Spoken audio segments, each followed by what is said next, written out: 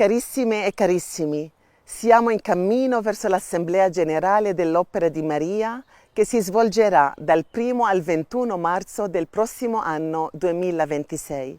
L'Assemblea sarà il momento più importante per tutti noi del Movimento dei Focolari, perché è lì che convergeranno idee, proposte, mozioni che verranno approfondite con un dialogo aperto e sincero e che poi saranno votate.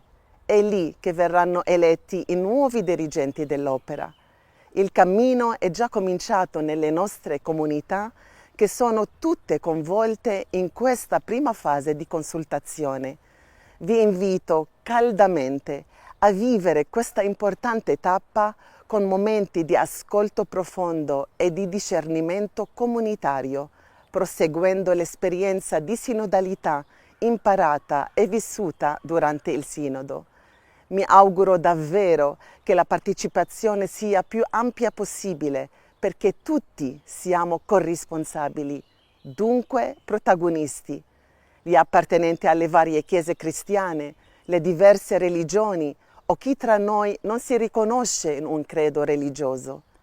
E faremo tutto il possibile perché i più piccoli, gli adolescenti e i giovani possano partecipare attivamente con la loro spontaneità e le loro idee creative. Anche per chi per qualche motivo si è allontanato dal movimento è invitato a donare il proprio contributo.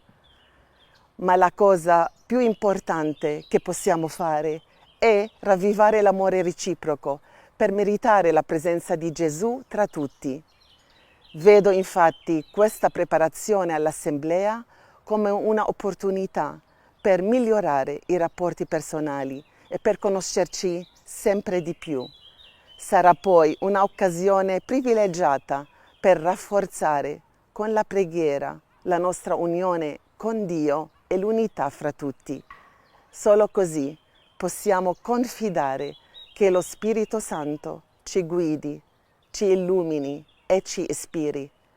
Affidiamo questo cammino a Maria perché conduca la sua opera nel realizzare il suo disegno di vivere sempre più autenticamente il suo scopo specifico, che tutti siano uno. E infine, grazie a ciascuno e ciascuna per l'impegno in questo cammino verso l'Assemblea Generale.